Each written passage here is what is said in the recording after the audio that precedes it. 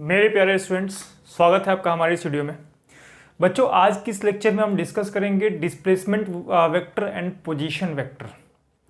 इसके पहले वेक्टर के हमने 4 वीडियोस और यूट्यूब पे बना रखे हैं। अगर आपने वो सब नहीं देखा है तो वो जाके देख लें। और जो लास्ट वीडियो है लेक्चर 4 है, वो तो बहुत इंपॉर्टेंट है क्योंकि उसके बिना आपको यहाँ पे समझ में नहीं आएगा, क्योंकि यहाँ पे आई कैप, जे कैप और के कैप का यूज़ होगा। ठीक है, तो वो वीडियो ज़रूर देख ले। अगर आपने वो देख रखा है तो बहुत अच्छी बात है। तो आइए स्टार्ट करते हैं। सबसे पहले हम पढ़ेंगे रिजोल्यूशन ऑफ वेक्टर। वेक्टर को रिजॉल्व करना सीखेंगे। एक वेक्टर है उसके कंपोनेंट्स निकालना सीखेंगे। फिर हम पढ़ेंगे पोजीशन वेक्टर और उसके बाद हम डिस्प्लेसमेंट वेक्टर पढ़ेंगे। ये लेक्चर बहुत बड़ा लेंदी लेक्चर नहीं है, तुरंत खत्म हो जाएगा।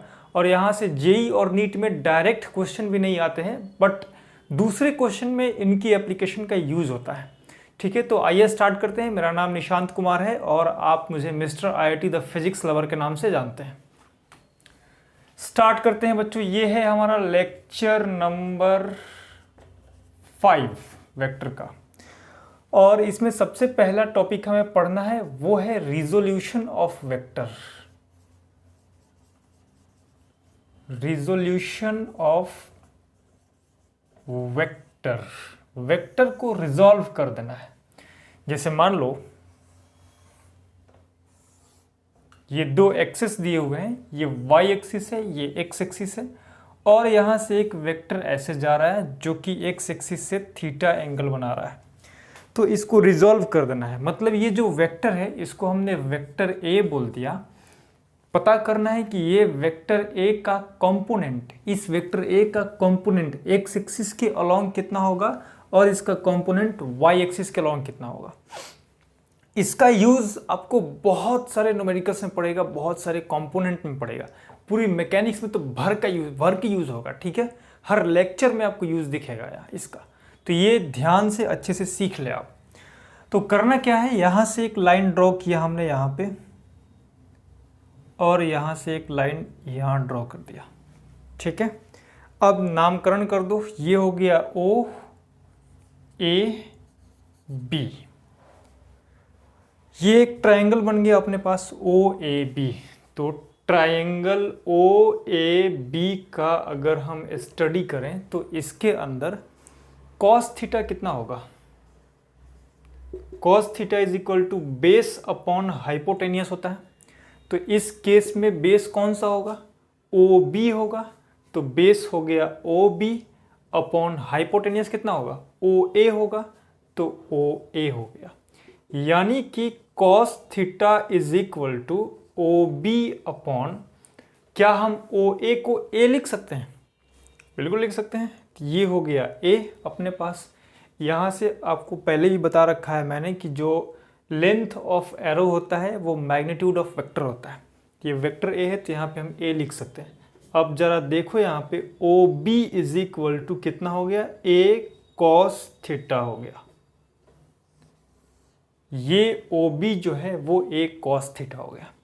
अब यहाँ पर इसी ट्रायंगल के अंदर, अच्छा यहाँ लिख दे रहा हूँ, यहाँ पे लिख रहे हैं, अगर हम साइन थीटा की बात करें तो sine theta is equal to perpendicular upon hypotenuse होता है। तो इस केस में परपेंडिकुलर हो गया ए बी और हाइपोटेनियस अगेन ओ ए होगा। तो यहाँ पर A B is equal to, यहाँ से A B is equal to O A into sine theta होगा, और ओ ए कितना है, ए है। तो ये हो गया ए साइन थीटा। तो हमें ओ बी भी मिल गया, ये ओ बी भी मिल गया, और हमें ए बी भी मिल गया, ये ए बी।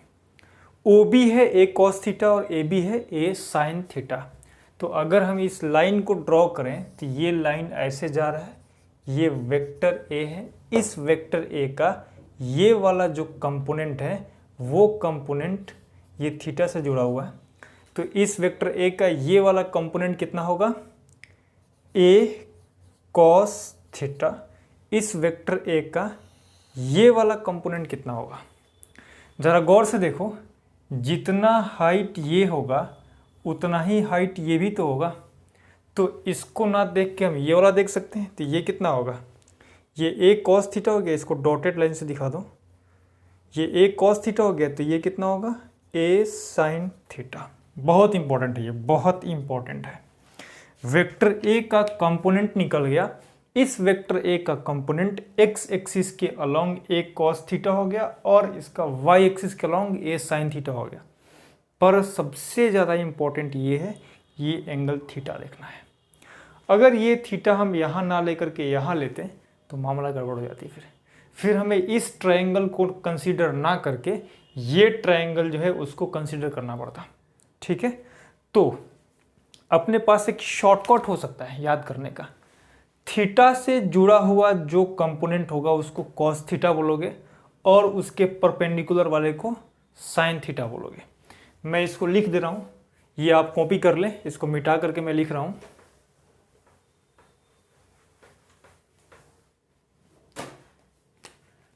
थीटा से जुड़ा हुआ, हिंदी में लिख दे रहे हैं,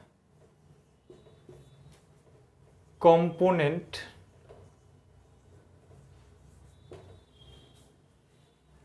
में कॉस थीटा आता है और उसके परपेंडिकुलर साइन थीटा आता है। थीटा से जुड़ा हुआ जो कंपोनेंट होगा उसको कॉस थीटा आएगा और उसके परपेंडिकुलर क्या आएगा, साइन थीटा आएगा। ये अच्छे से आप समझ लें। डेरिवेशन देखना चाहते हो तो इसका डेरिवेशन मैंने दिया, ये वो भी आप समझ सकते हो। चलो ट्रिक ये याद रखना, थीटा से जुड़ा हुआ कॉस थीटा, उसके अपोजिट या उसके परपेंडिकुलर साइन थीटा आएगा। चलो मिटा रहे हैं इसको, हम मिटा करके एक एग्जाम्पल देख रहे हैं।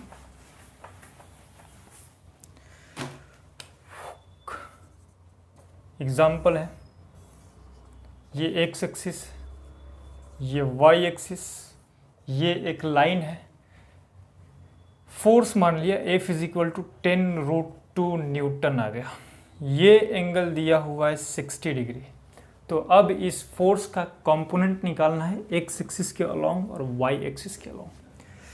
तो Fx कितना होगा, फोर्स का कंपोनेंट एक्स एक्सिस के अलोंग कितना होगा, 10√2 into cos 60 degree. X axis की तरफ थीटा है तो थीटा से जुड़ा हुआ कॉस आएगा, तो कॉस 60 आ गया। ये कितना होगा, 10√2 इंटू कॉस 60 कितना होता है, अरे कॉस 60 कितना होता है, 3/4, ये होता है ये होता है 1/2। कभी कभी मेरा दिमाग थोड़ा स्लो काम करता है। ये हो गया 1/2। तो अपने पास कितना हो सकता है, यहाँ से Fx हो गया 10/√2 न्यूटन बोल दो इसको। x डायरेक्शन में जो कंपोनेंट निकला है वो 10/√2 न्यूटन निकला हुआ है। अब गौर से देखो ज़रा, अब y एक्सिस की तरफ निकालते हैं इसको।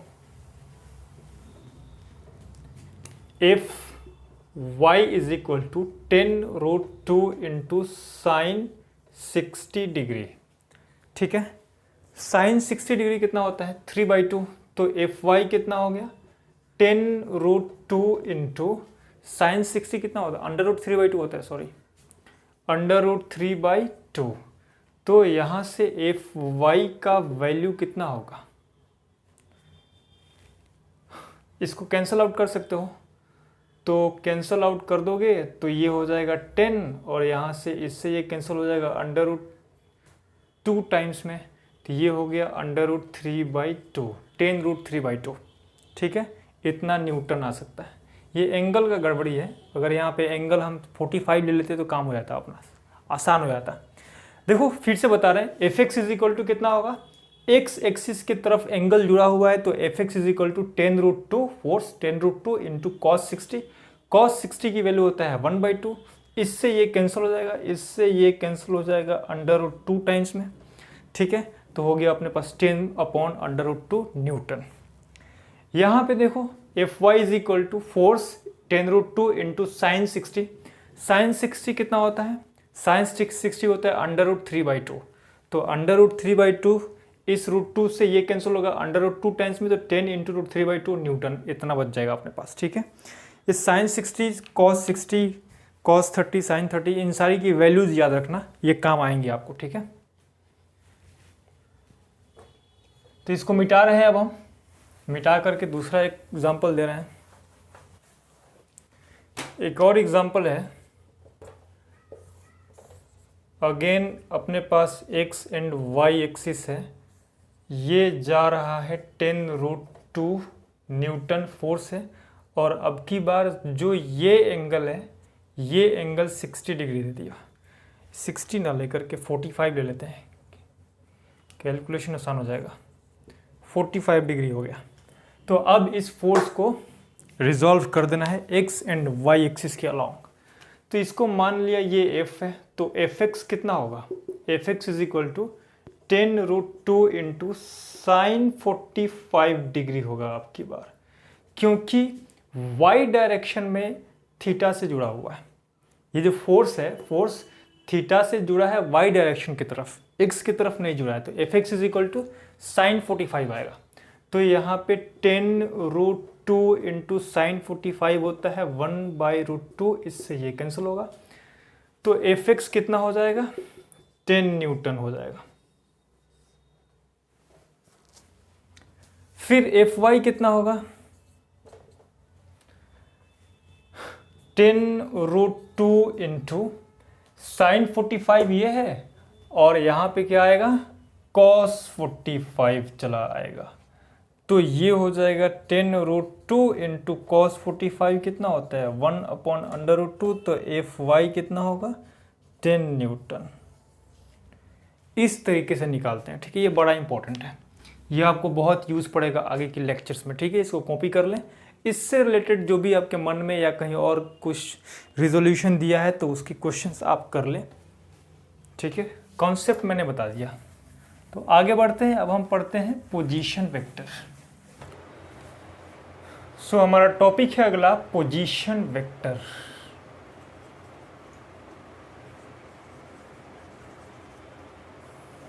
इसमें सबसे ज़्यादा इम्पोर्टेंट एक पॉइंट है जिसको आप नोट करेंगे, एक लाइन है जिसको हम बोलते हैं the position of a particle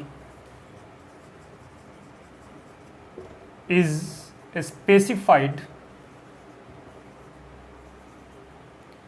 with respect to,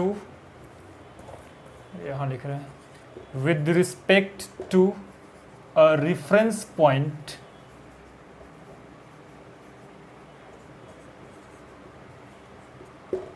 the position of a particle is specified with respect to a reference point, and this reference point is called origin। Origin का होना बहुत इंपॉर्टेंट है, without origin आप position तो देख नहीं पाओगे। ठीक है, ओरिजिन मतलब है कहाँ से मेज़र कर रहे हो आप। जैसे एक कार है, वो कार चल के जा रही है, ठीक है, कुछ दूरी पे चली गई, तो अब आपको मेज़र करना है कि उसका पोजीशन कितना है। तो आप जहाँ पे खड़े हो वहाँ से मेज़र करोगे, तो जहाँ पे आप हो उसको आप ओरिजिन बोलोगे, तभी तो मेज़र कर पाओगे ना। कोई बात नहीं समझ में आ रहा है तो यहाँ आगे समझो। ये है x, ये है y और ये है ओरिजिन। ये कोई एक स्पेसिफिक पॉइंट है, यहाँ पे मान लिया यूं P। इसके कोऑर्डिनेट्स x, y हो गया, यानी कि ये जो लेंथ है वो लेंथ है x, और ये जो हाइट है वो हाइट कितना है y। तभी तो x, y लिखा है ना, ये तो मैथ्स में पढ़ी होगी x, y। अब तुमको यहाँ पे जाना है चल करके, तो कैसे जाओगे, यहाँ से चल के यहाँ आओगे, फिर यहाँ से चल के यहाँ आओगे, डिस्टेंस कवर करोगे, या फिर शॉर्टेस्ट डिस्टेंस ऐसे जाओगे, शॉर्टेस्ट डिस्टेंस बोलो, या फिर डायरेक्ट लाइन ज्वाइन कर दो initial point and final point को, तो डायरेक्ट लाइन ऐसे ज्वाइन कर दो। ठीक है, the line joining from origin to the reference point is called position vector, इसको R से बोलते हैं। ठीक है, तो पोजीशन वेक्टर को कैसे डिफाइन करते हैं? The line joining from origin to the reference point px, y is called position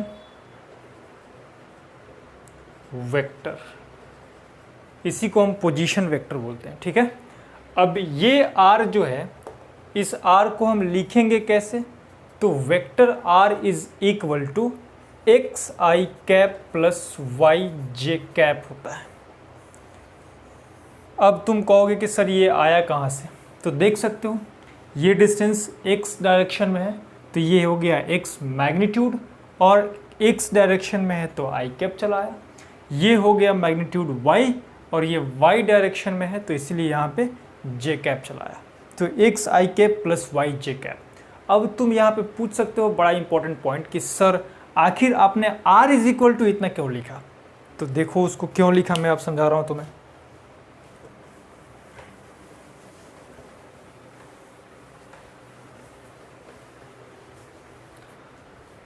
अगर इसको हम ड्रॉ करें तो अपने पास एक वेक्टर ऐसा है, दूसरा वेक्टर ऐसा है, इसको हमने y बोला, इसको हमने x बोला, और बीच से वेक्टर r पास कर रहा है। ठीक है, ज़्यादा लंबा हो गया। बीच से वेक्टर r पास कर, अगर इसको पैरेलल शिफ्ट करके यहाँ पे लेके आएंगे तो ट्रायंगल बन जाएगा ना। तो अगर ट्रायंगल बन जाएगा तो ट्रायंगल में vector r is equal to vector a plus vector b होता है। तो इसको हम y को उठाएंगे और यहाँ पर शिफ्ट कर देंगे, ये हो गया y। अब देखो ज़रा, x और y सेम ऑर्डर में है और r जो है वो अपोजिट ऑर्डर में है। तो triangle law of vector addition को यूज़ करके हम लिख सकते हैं vector r is equal to X I cap plus Y J cap. x जो है वो ये x डायरेक्शन में हम आई कैप लगा देंगे, y डायरेक्शन में जे कैप लगा देंगे, तो ये चला आया अपने पास। ठीक है, अभी ये जो r है इसका value x I cap plus Y J cap आ गया। तो हम अगर r का मैग्नीट्यूड निकालना चाहें तो वो कितना होगा? तो आई कैप के कोफिशिएंट का स्क्वायर प्लस जे कैप के कोफिशिएंट का स्क्वायर, ये हो गया r का मैग्नीट्यूड। ठीक है, अब इस r का डायरेक्शन भी निकालना पड़ेगा, क्योंकि पोजीशन एक वेक्टर है तो इस वेक्टर का हमें क्या निकालना पड़ेगा? इस वेक्टर का डायरेक्शन निकालना पड़ेगा। तो डायरेक्शन निकाल लेते हैं यूनिट वेक्टर का यूज़ करके। हमें पता है r cap is equal to vector r upon magnitude of r होता है।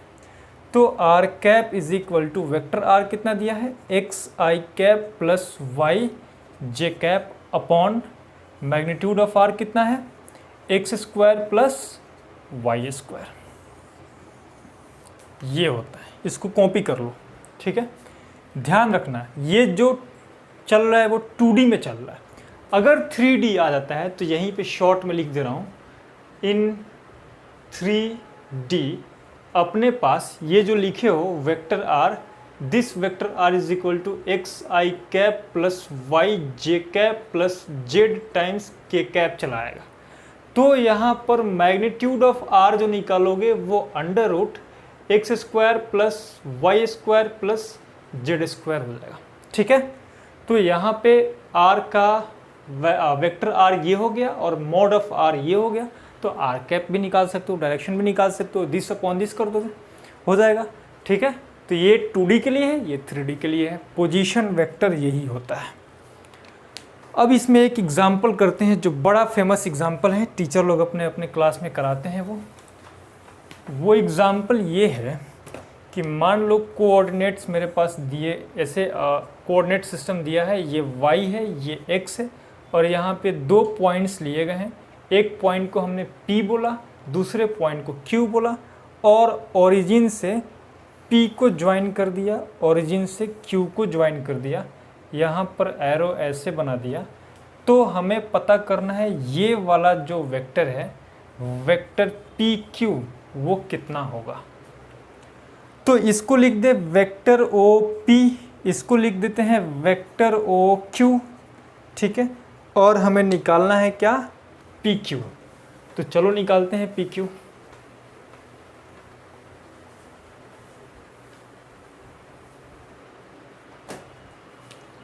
इसको ड्रॉ कर लेते हैं। ये ऐसे जा रहा है, एक ऐसे जा रहा है और तीसरा ऐसे जा रहा है। इसको बोला O, इसको बोला P, इसको बोला Q। ऐसे एरो का साइन बना हुआ है, ट्रायंगल की तरह दिख रहा है आपको। तो ट्रायंगल लॉ लगाओ, ज़रा गौर फरमाओ। अच्छा, इसका नाम रख दो, ये है OP, ये है PQ और ये है OQ। गौर फरमाए, इसमें सेम ऑर्डर में कौन कौन सा है। देखो, OP और PQ सेम ऑर्डर में है और OQ ओपोजिट ऑर्डर में है। तो ट्रायंगल लॉ लगा दो, OQ vector is equal to OP vector plus PQ vector. यानी कि यहाँ से अगर हमें PQ वेक्टर निकालना हो तो PQ वेक्टर कितना हो जाएगा, OQ vector minus OP vector. ऐसे भी निकाल सकते हो, ठीक है। क्लियर है इतना। OP vector PQ vector is equal to OQ vector minus OP vector. अगर इसको हम इनिशियल बोलते हैं, इसको फाइनल बोलते हैं, तो PQ vector is equal to final vector minus initial vector, ठीक है। ये चीज़ ध्यान रखना।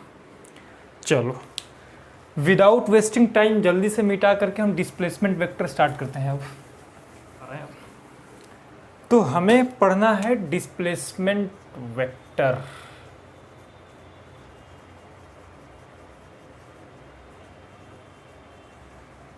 डेफिनेशन क्या लिखेंगे इसका, इसका डेफिनेशन लिख सकते हैं, a vector which joins initial position to final position is called displacement vector। ये हो गया डेफिनेशन इसका, ठीक है। चलो, यहाँ पे ड्रॉ करते हैं again x axis y axis, और यहाँ पे दो पॉइंट्स सेलेक्ट कर लेते हैं। ये पॉइंट, दो पॉइंट से, इसको हमने बोला Px1, y1, इसको हमने बोला Qx2, y2। इसको ज्वाइन कर देना है, इसी को हम डिस्प्लेसमेंट वेक्टर बोल रहे हैं, ठीक है। तो सबसे पहले क्या करेंगे, ओरिजिन से इसको ज्वाइन करेंगे।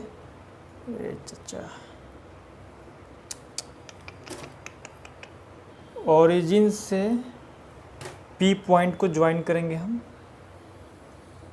और ओरिजिन से Q पॉइंट को ज्वाइन करेंगे। तो ओरिजिन का नाम O रख दे रहे हैं। तो ये हो गया अपने पास OP वेक्टर, ये हो गया OQ वेक्टर और ये हो गया PQ वेक्टर। तो ये चीज़ आपको पता ही है, PQ vector is equal to OQ vector minus OP vector. तो अगेन हमें पता करना है PQ वेक्टर। तो this PQ vector is equal to OQ vector कितना होगा, ये हो गया OQ वेक्टर। तो x2i cap plus y2j cap minus OP vector, ये है O और P, OP वेक्टर। तो OP वेक्टर कितना होगा, x1i cap plus y1j cap.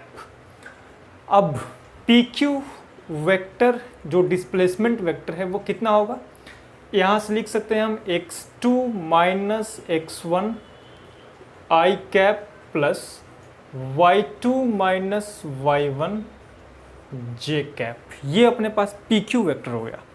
अब हमारे पास PQ का मैग्नीट्यूड कितना होगा, PQ, अच्छा PQ को S भी लिख सकते हो, डिस्प्लेसमेंट वेक्टर है, एस वेक्टर। तो पी क्यू का मैग्नीट्यूड कितना होगा, हमें पता है मैग्नीट्यूड क्या होता है, आई कैप के कोफिशिएंट का स्क्वायर प्लस जे कैप के कोफिशिएंट का स्क्वायर। तो x2 माइनस x1 का square plus y2 minus y1 का स्क्वायर। ये तो आप पढ़ते हुए चले आ रहे हो बहुत पहले से। अब देखो, अगर हमें इस डिस्प्लेसमेंट वेक्टर का डायरेक्शन निकालना है, यानी कि एस कैप निकालना है, तो पी क्यू कैप हो जाएगा। और वो कितना होता है, vector P Q upon mod of P Q होगा। तो वेक्टर पी क्यू कितना होगा, x2 minus x1 I cap plus y2 minus y1 J cap whole divided by under root x2 minus x1 का square plus y2 minus y1 का square. ठीक है, इतना होगा। ये हो गया अपने पास पी क्यू कैप यानी एस कैप, डिस्प्लेसमेंट वेक्टर का डायरेक्शन। तो अपने पास डिस्प्लेसमेंट वेक्टर निकल गया, डिस्प्लेसमेंट वेक्टर का मैग्नीट्यूड निकल गया, डिस्प्लेसमेंट वेक्टर का डायरेक्शन निकल गया। तो आप इन कॉन्सेप्ट को यूज़ करोगे न्यूमेरिकल में। एक न्यूमेरिकल हम आपको करा रहे हैं, उसके बाद आगे की न्यूमेरिकल आप अपने जो भी बुक फॉलो करते हो उस बुक से करोगे।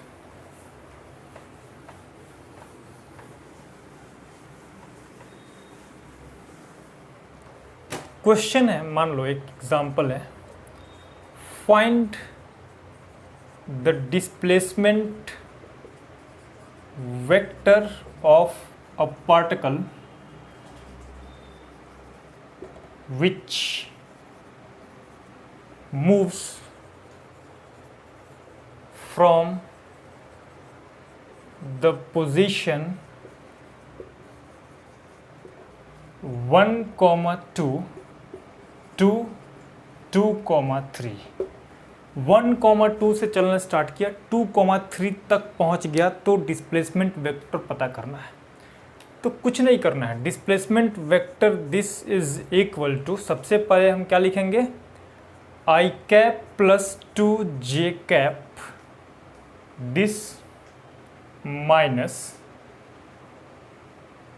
सॉरी फाइनल माइनस इनिशियल होगा ना, तो फाइनल माइनस इनिशियल यानी कि 2 माइनस 1 करेंगे तो 2 माइनस 1, ये देख रहे हो ना, x2 माइनस x1 आई कैप था जो मिट चुका है, तो x2 माइनस x1 आई कैप ये रहा, इसको ध्यान दो, x2 माइनस x1 आई cap plus y2 minus y1 जे कैप। तो ये है x2, ये है x1, ये है y2, ये है y1। तो x2 minus x1 2 minus 1 i cap plus y2 minus y1 यानी कि 3 माइनस 2 जे कैप हो गया। तो डिस्प्लेसमेंट वेक्टर कितना होगा, आई कैप प्लस जे कैप होगा। बस इतना ही पूछा हुआ है। अगर इसका मैग्नीट्यूड और डायरेक्शन पूछ रहा होगा तो आप बता सकते हो इसका मैग्नीट्यूड कितना होगा, आई कैप के कोफिशिएंट 1, जे कैप का कोफिशिएंट 1, तो अंडर रूट 1 प्लस 1 कितना होगा, 2 हो जाएगा, रूट 2 हो जाएगा। तो आप यहाँ से डिस्प्लेसमेंट वेक्टर का मैग्नीट्यूड भी निकाल सकते हो और डायरेक्शन भी निकाल सकते हो। तो ये एक छोटा सा टॉपिक था अपने पास, पोजीशन वेक्टर, डिस्प्लेसमेंट वेक्टर। और हाँ, ध्यान रखना जो रिजोल्यूशन पढ़ाए हैं वो बहुत इंपॉर्टेंट है, वो आपको फ्यूचर में पूरी मैकेनिक्स में हर जगह पे यूज़ होगा। ठीक है, तो उसको ध्यान रखना। ठीक है, फिर आज के लिए इतना काफ़ी है, बाकी हम नेक्स्ट लेक्चर में पढ़ेंगे।